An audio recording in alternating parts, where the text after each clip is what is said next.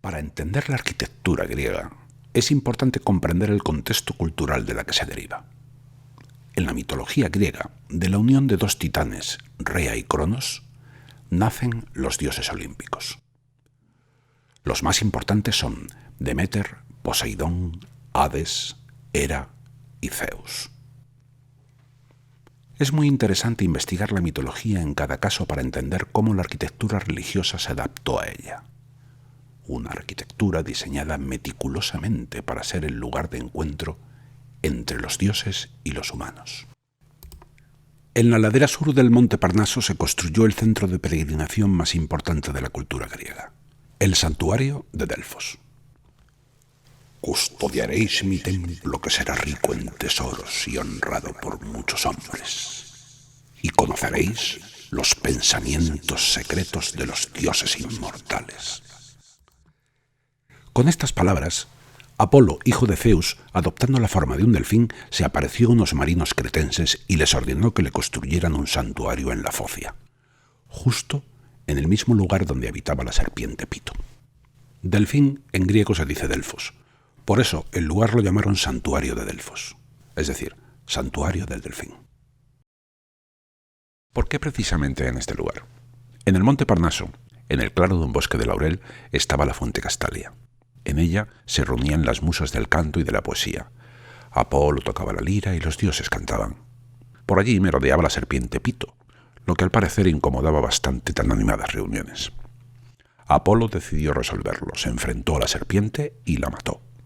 Esta hazaña hizo que se le recordase en este lugar como el vencedor de la serpiente Pito, y por ello le pusieron el sobrenombre del dios Pitos. Este sobrenombre de Apolo nos vendrá bien recordarlo más adelante.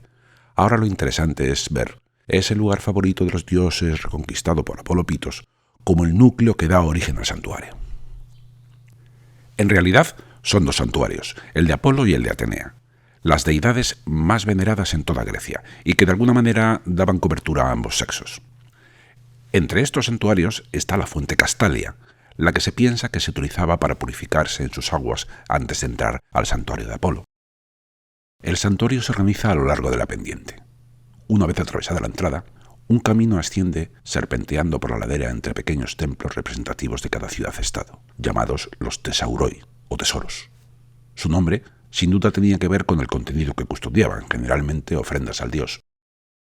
Se conserva en buen estado el tesoro de los atenienses, que ha sido parcialmente reconstruido.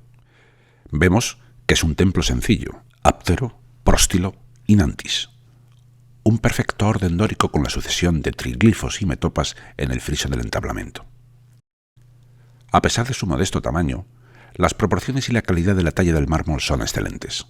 El aparejo isódomo, ensamblado a hueso, y el mármol del Pantélico utilizado, es muy semejante a las construcciones que se estaban haciendo en la Acrópolis de Atenas. En las excavaciones arqueológicas realizadas en la zona del santuario, se encontraron los restos de una escultura en bronce. El cuerpo completo de una auriga y varios fragmentos del carro y de los caballos. Esto nos hace pensar que era una ofrenda importante, teniendo en cuenta que el bronce es de gran valor. En esta ocasión, tenemos la gran oportunidad de ver una estatua original griega. Los griegos casi siempre utilizaban el bronce para sus estatuas. Muchas de las esculturas de mármol que han llegado hasta nuestros días son copias de sus bronces originales.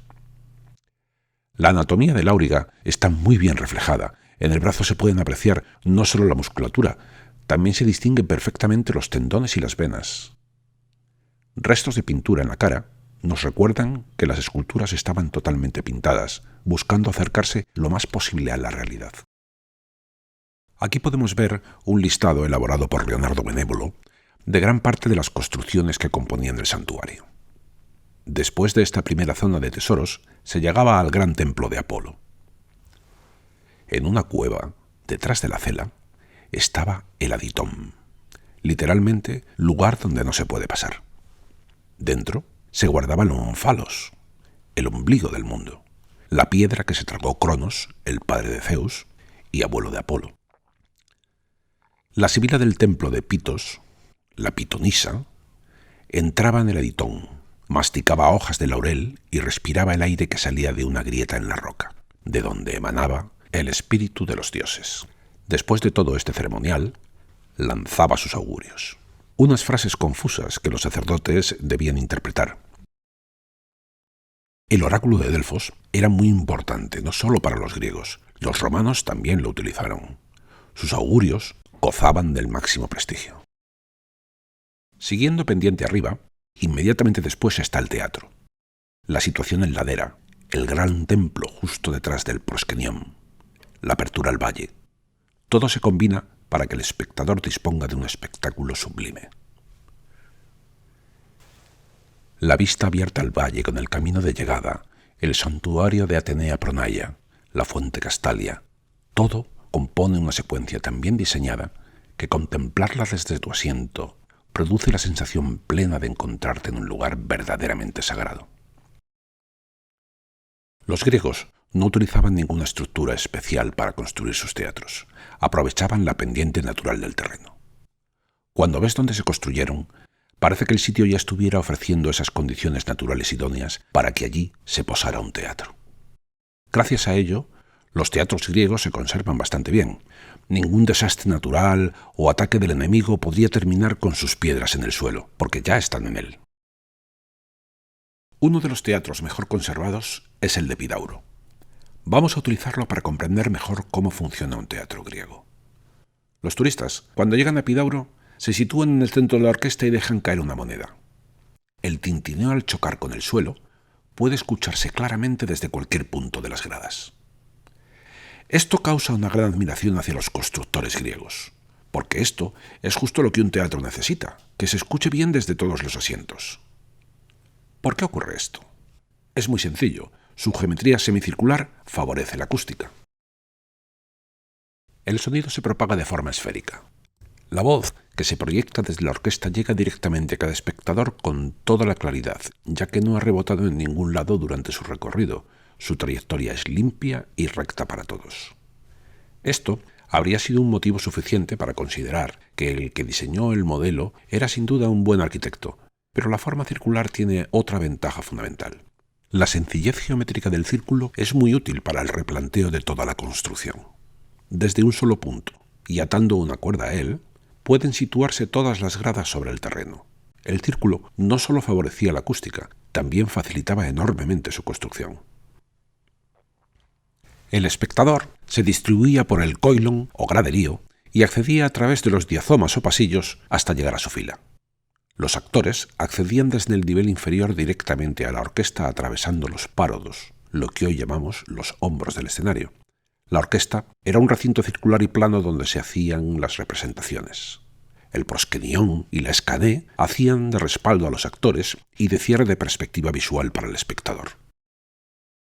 El teatro griego era un instrumento político, servía para educar a los ciudadanos de la forma adecuada al interés de la polis, la ciudad. Esto era muy importante para mantener vivo el modelo de la polis. Por eso se dedicaba un buen esfuerzo en estas construcciones. Las obras podían durar varios días, se interrumpían varias veces para comer o descansar. Saliendo del recinto del santuario de Delfos y continuando ladera arriba, llegamos al estadio. En forma de espina, con una capacidad para 7.000 espectadores y unas dimensiones de 177,5 metros de largo, equivalente a 600 pies, y 25,5 metros de ancho. En este recinto se celebraban los segundos juegos más importantes de Grecia, los Juegos Píticos. En Grecia se celebraban 4 festivales en los que podían participar todos los griegos. Eran los Juegos Panhelénicos. Y eran, por orden de importancia, los Juegos Olímpicos, en honor a Zeus, y se celebraban cada 4 años en Olimpia. Los Juegos Píticos, en honor a Apolo, se celebraban cada 4 años en Delfos, precisamente en este estadio que ahora vemos. Los Juegos Nemeicos, en Nemea, en honor a la hazaña realizada por Heracles, Hércules, que dio muerte al león de Nemea. Y por último, los Juegos Ísmicos, en el Istmo de Corinto, en honor a Poseidón, dios de los mares. Nuestros Juegos Olímpicos modernos están inspirados en la tradición griega y de hecho también se celebran cada 4 años. Antes de llegar a la fuente Castalia, a pocos metros de ella estaba el santuario de Atenea Pronaia. Pronaia significa antes del templo, un recinto más pequeño que, como su nombre indica, se anticipaba en la llegada al gran santuario de Apolo. El conjunto está formado por 2 templos dedicados a Atenea. El principal es el de Atenea Pronaya, aparece con el número 1 en la imagen. Es un templo hexástilo, períptero, próstilo, con pronaos inantis y naos. El segundo, construido después con el número 2, es hexástilo, áptero, próstilo, con pronaos inantis y naos. Atenea era considerada la diosa de la sabiduría, la salud y la maternidad. 3 altares se dedicaban a administrar cada una de esas 3 especialidades. El altar de Atenea Pronaya, con el número 7, a la sabiduría.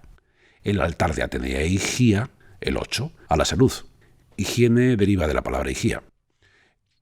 Y el de Atenea Ilitia, con el número 9, como diosa de la maternidad. Los héroes, gracias a los cuales se pudieron ganar las guerras médicas, tenían sus propios monumentos dentro del recinto. También había 2 tesoros, el tesoro de Masalia, el número 4, y el dórico, el número 5. El más famoso de todos los templos del conjunto es el Tolos, el número 3, un templo monóptero. Popularmente conocido como el Tolos de Delfos, en realidad pertenece al santuario de Atenea. Sería más lógico referirnos a él como el Tolos de Atenea Pronaya. La conservación de su base escalonada, el crepidoma, y la reconstrucción de 3 de sus columnas exteriores con algo de entablamento sobre ellas nos ayudan a comprender mejor cómo era el templo. No sabemos a qué se dedicaban este tipo de templos circulares. Hay varias teorías. Parece que no estaban dedicados a ningún dios, aunque el uso que realmente se les daba aún no está claro.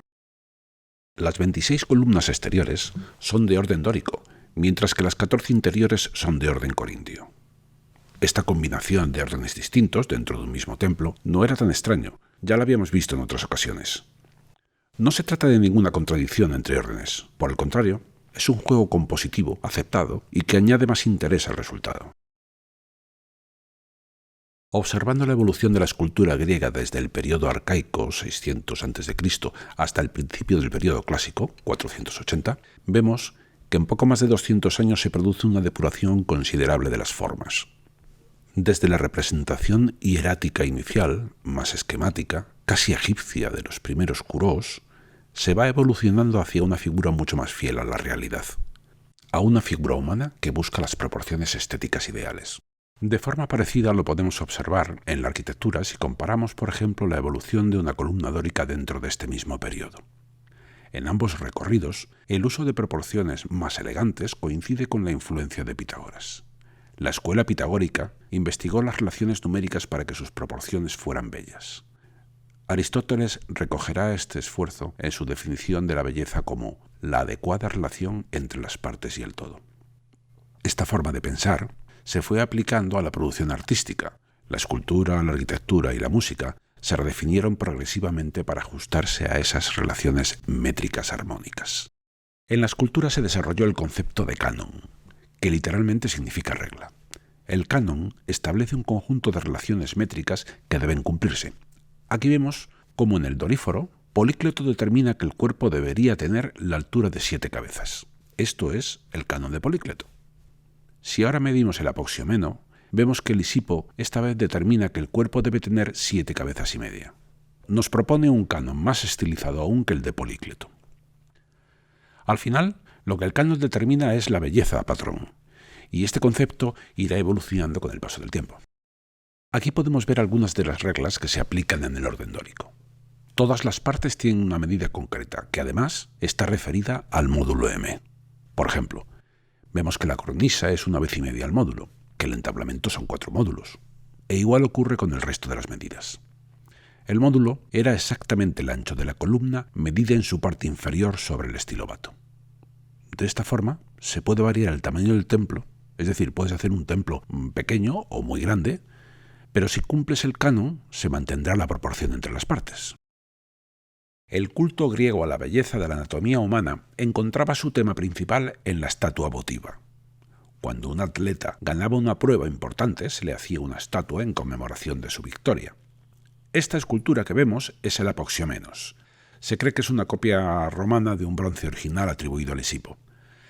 Representa a un atleta en una pose natural. Los atletas solían competir desnudos y se untaban con aceite el cuerpo. El Apoxiomenos, en griego antiguo el que se rasca, acaba de terminar la prueba. El sudor, el polvo, el aceite hacían una película sobre la piel que había que retirar después. Para ello se utilizaba el estrígilo. Aquí en la imagen aparece un juego de 2 estrígili reunidos con una argolla a lo que posiblemente sería el depósito del aceite. Pasar a la posteridad era algo que para un griego tenía una gran importancia. Al vencer en los Juegos Olímpicos se te hacía una estatua. Era una forma segura de pasar a la posteridad. Se te recordaría por esa hazaña. Pero ese premio también podía convertirse en un castigo eterno. Si descubrían que habías hecho trampas, también te hacían una estatua, pero esta vez no por vencedor, sino por tramposo. Pasar a la posteridad como un tramposo debía ser un castigo tan humillante como para persuadir a un griego de hacer trampas. Además, el tramposo se veía obligado a sufragar los costes de la estatua. Teniendo en cuenta que eran de bronce, suponía una elevada suma. En 2015, en Madrid se celebró una exposición donde se invitaba a artistas a expresarse bajo el título general de Querida corrupción. La idea era agitar la conciencia política del ciudadano utilizando el arte para denunciar este tipo de prácticas. En la imagen vemos la obra que presentó Eugenio Merino, una moneda conmemorativa. La talla, en metal, con la técnica utilizada en la Casa de la Moneda, bañada en oro y expuesta en un cuidadísimo estuche de terciopelo negro. Eugenio hace exactamente lo mismo que hacían en Grecia: utilizar la escultura para que un tramposo pase a la posteridad. Es curioso comprobar cómo la cultura griega sigue influyendo en nuestra forma de entender el mundo 700 años después.